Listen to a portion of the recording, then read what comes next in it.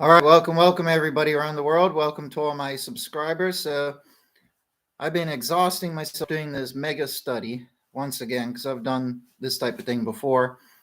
But over the last few days, I'm devoting a lot of hours every single day, like 5 hours plus, to getting all this study done so I can share the results with everybody as a form of proof for what I've been talking about as the Christian theology. So the best way to give comprehensive proof, which is the only and the best proof, it is the only best proof there is when you do it comprehensively. You look at every single thing and analyze it fully.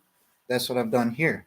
So for this study and for this video, what I did is I looked up every single phrase, every word that I could think of that is used to describe being saved in the New Testament. Okay? There are a lot of words, believe it or not. You'll be shocked, right? But I went through exhaustively over the last few days and read and searched for every single phrase, past tense, present tense, future tense, different forms and tenses of each word. I've got it all documented and compiled here. And what I did is I read every single verse in the New Testament where those words occurred. So I've gone through hundreds or thousands of verses over these days, nonetheless, hundreds, whatever. But what I would do, what I did for the study is, and I've got it all compiled and documented and sectioned off. Okay, I have a section for verses that support what I say is the true theology. I have all the verses compiled that are seemingly against what I say is the theology, and all the verses in a neutral category that could be used by somebody to argue for either side of the debate. Okay, so I did this uber comprehensively to the absolute max. I only used the original translation here. Okay, I didn't use all these altered translations. This is the original translation. Okay, so this is the biggest study that you could do. It's the max level on this, topic, right, of being saved. So it's not going to be my opinion on how we're saved. It is a full analysis of what the New Testament says about being saved. Okay, now I'm going to tell everybody right now, there is no way in God's green earth that I could read through and talk about the 158 verses in this video. That would be ridiculous. It would take hours. I'm not doing that. Okay.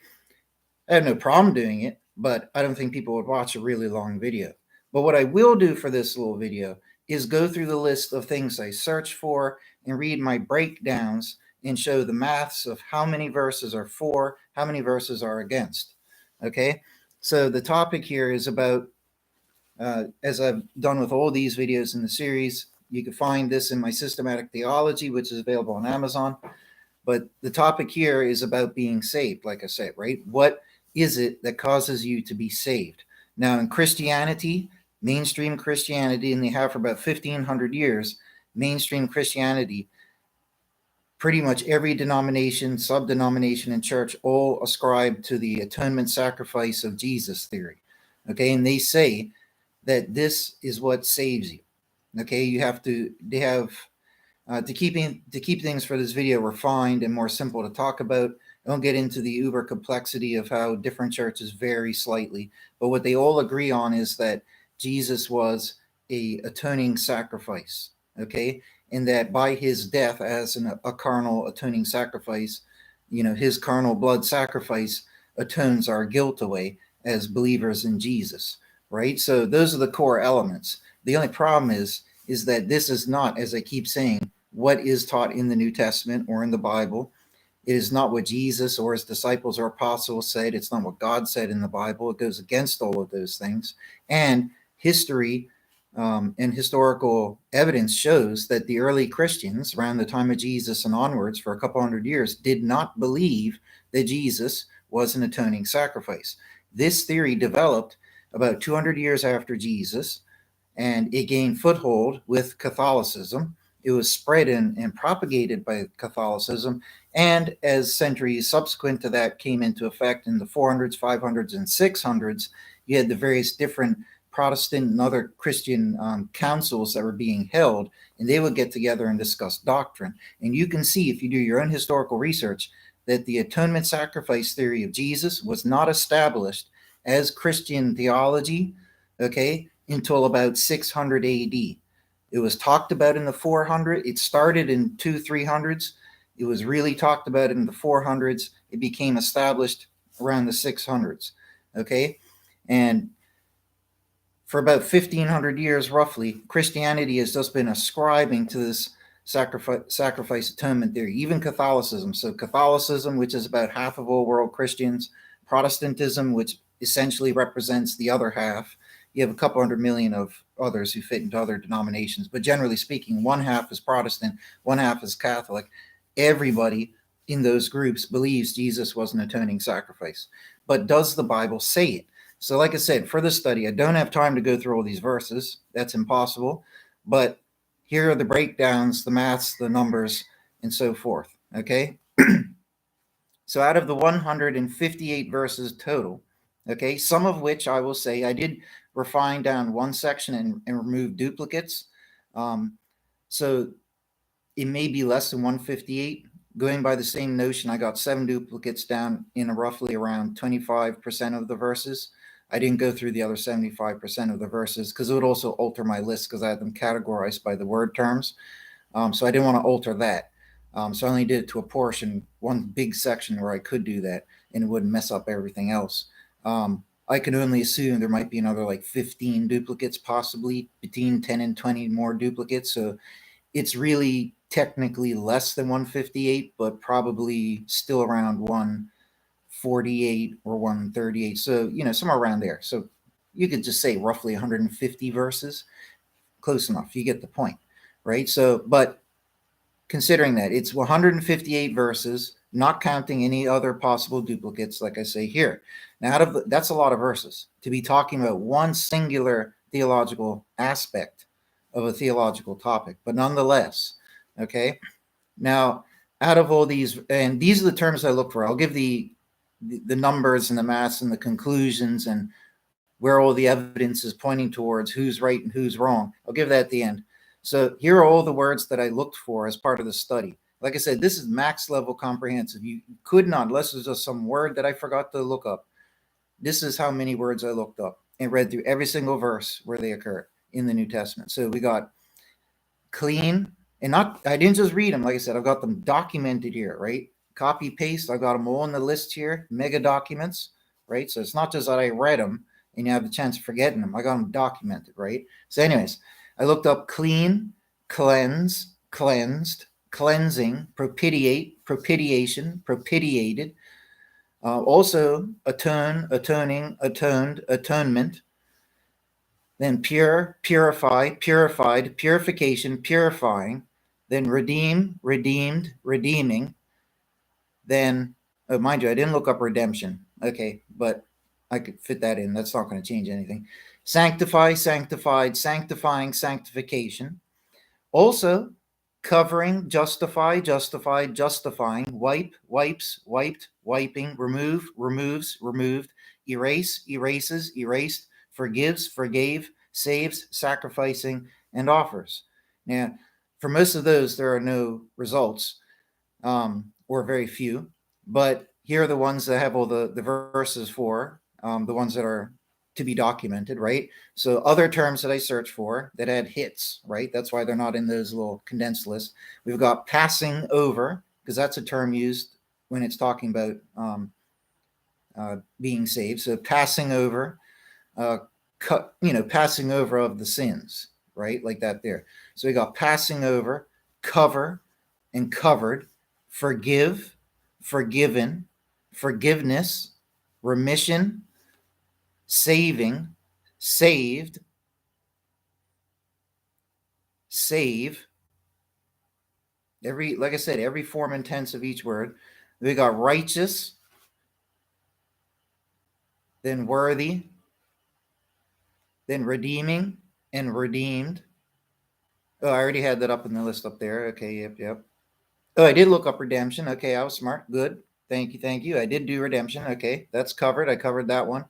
Then I also covered sin offering. I also covered sacrifice and sacrificed and sacrifices and offer and offered and offering. And there you go. So that is literally every single word and phrase that I could possibly think of. That's dozens that are used in by people and even in the Bible to talk about things to do with being saved. So I went through, like I said, every single one of the verses, got them all physically documented here, categorized and everything. And if we look at the results here, this is what we get. Okay, so out of the 158 verses, we get 33 verses that appear to be against what I'm claiming. Now, it doesn't mean that they prove it to be wrong, okay? Because the other part of this is, as I'll get to, okay, I've only categorized them as against because it makes it simpler when I'm going through either a general for, a general against, or neutral. So a neutral category is one where somebody, so I had to think about each one and how each one may be applied even by an opponent to my theology, right? So any that are categorized as neutral is where somebody from either side could find reason to substantiate it, backing up their side of the argument, right? So that's how I've categorized everything here. And what we have is that for against, there's 33 that seem to be against. Okay, this is just roughly speaking. They seem to be against at face value the theology that I'm saying. So what that means is they appear to support the idea of Jesus being some form of sacrifice at least, right? But of the 33, generally they're against, which means to each their own, each one slightly different, but they all generally seem to support the idea of Jesus being a sacrifice or blood atonement sacrifice, or that his blood atones us, that type of thing. Okay, so we got 33 against, right? But we have 48 that are neutral. Now, this is significant. I got some maths to come here in a second, right? 48 that are neutral. So out of the 158, 48 of them could be used by either side to support their cause. So finally, out of the 158, we actually have 81 that are for what I'm saying and arguing is the true theology. So this is the maths here. Maths and numbers don't lie, right? These 81 verses, if you read them, I got them all documented, they blatantly disprove the atonement sacrifice of Jesus theory. So within themselves, these 81, by what they say in the verses, disprove the very concept of Jesus being and functioning as a carnal blood atonement sacrifice. So that's significant within itself. 81, which is roughly 50%. Okay, it's actually more than 50% because if you remove the remaining possible duplicates, that could be another 10 or 20, which would bring it down to about maybe 140 or 150. So that would be over 50%. But nonetheless, keeping things simple, it's roughly 50%. Okay, so 50% of the verses directly contradict and show that this blood atonement sacrifice theory is wrong. 81 verses, half of the verses that mention all these different phrases in the New Testament directly defy blood atonement sacrifice theory. That is very significant. But also, you have to consider there's 48 neutral. Now, like I said, I categorize them as neutral because either side of the argument could use them because they're a little bit more vague in their or poetic in their wording. They're neutral. They can be used by either side. So what I did was the following. If you add the for and the neutral verses, you get a total of 129.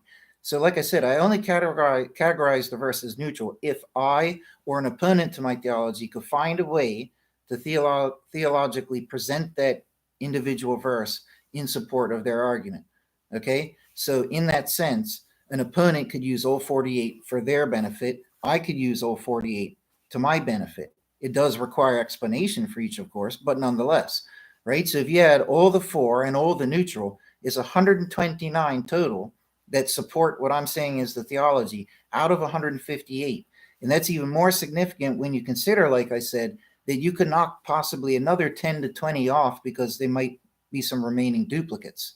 Because I'm searching for each all these different terms, there are verses that sometimes use two of the words, right? Two different words. So I'll get multiple hits for the same one verse. So that's 129. Out of the 129, you could also argue that number could come down if you root out the duplicates. But again, it's only going to be about another 10 or 20 duplicates at most. right? So roughly, like I say here, if you're going by 129 out of the 158, as it is here in the list, 88%, 88% of the verses, okay, are for and the neutral could be used to support what I'm saying. That's astonishing. Okay. And I did this as an unbiased study. That's why I have all three categories: for, against, and neutral. Okay. Now, if you add the against category, which was 33, to the neutral, which is 48, you get 81, which is, again, roughly 50%. Okay. Now, that means, in conclusion, by the maths, there are 50% more, there is 50% more scriptural evidence from these verses, okay, that what I'm saying is the true theology is correct, and that the atoning sacrifice theory of Jesus is not correct. Okay, 50% more scriptural evidence that what I'm saying is correct and that the opposing theory is incorrect. Now, these are raw facts, right? Now, even though the opponent might say, the opponent to my theology might say, oh, which is virtually every Christian denomination, because they will believe Jesus was a blood sacrifice, right?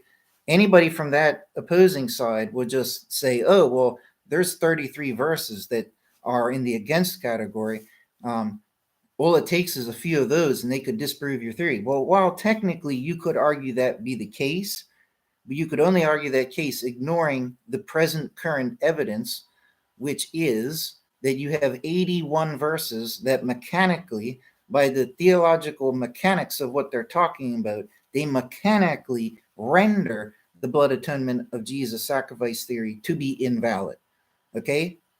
81 that mechanically, okay, by like the mechanics of what is said and what is being talked about, the science and mechanics of how we're being told things work, they disprove that. Okay, so even though the naysayers might say, oh, well, out of the 33 verses, we might find some golden nuggets that really look solid. Well, the only problem is we got 81 that mechanically prove it to be invalid. Okay, and that's an astonishingly higher number. Okay, and therefore making it even more impossibly hard. Okay, that's almost 3 times the amount of verses. Almost 3 times. So if the naysayers think they have an advantage, oh, we got 33 to pick from to look for some golden nuggets that we'll think will be home run hitters that you can't argue against type thing, you know what I mean? Or you have to really focus on them. Sorry, you got 81 over here that disprove it mechanically. There's a problem there. It's like if you have a car with no wheels, it's not going to drive. That's what I mean by like the mechanical side of things. Like there's some things that don't work a certain way and things that do work a certain way. And that's what all these verses help prove when you're looking at all of them, right? They tell you how some things work and how some things don't work. And by those mechanical descriptions, we can clearly see that we are not in a reality whereby a blood atonement sacrifice of Jesus is real. Okay, that is not the theological, the scriptural reality. So, I mean, for some of these terms here, I mean, let me check my time real quick. Okay, I'm at 18 minutes now. So, for the sake of this video, I'll cut it off now. If I start getting into reading verses, we'll be here for eternity. But that's the conclusion right there. Nobody could argue it. I would love to go up against some theologian or professor, whoever would like to debate this. But at the end of the day, right, this is 158 verses. That's a pretty comprehensive study, right? That's some pretty intense stuff. For the average person watching who's interested in this whole topic here, just go get my systematic theology on Amazon. Yes, it's a concise version, which I fully talked about in the book. Okay, it is meant to be concise. It's not a 500-page, 1,000-page systematic theology. But again, at the end of the day, this 200-page concise systematic theology, which does cover every topic. It's got a wonderful index in the front. You can find subtopics very quickly, right? At the end of the day, it does cover everything. It does it in a concise manner. But the important thing is it's actually talking about the real theology. You go buy these other books that are 500, 1,000 pages. A, you're being charged hundreds of dollars to buy them in some cases. My book's only like $22 or something, $23, something like that. But those books are teaching the blood atonement sacrifice theory. They're going to have, 300 pages on how Jesus was a blood sacrifice, when clearly you can learn that he wasn't from a 200-page book. So you could waste years of your life reading a 1,000-page systematic theology or going to theology school to be taught that Jesus was a blood atonement sacrifice, or you could just listen to my teachings, go study my systematic theology, okay? Or even just use some common sense, because it really just takes common sense in your own studies to find that the blood atonement sacrifice theory is false, right? And there you go. But anyways, God bless you all, folks. I'll see if I can make some more videos in my time today. Everybody take care for now.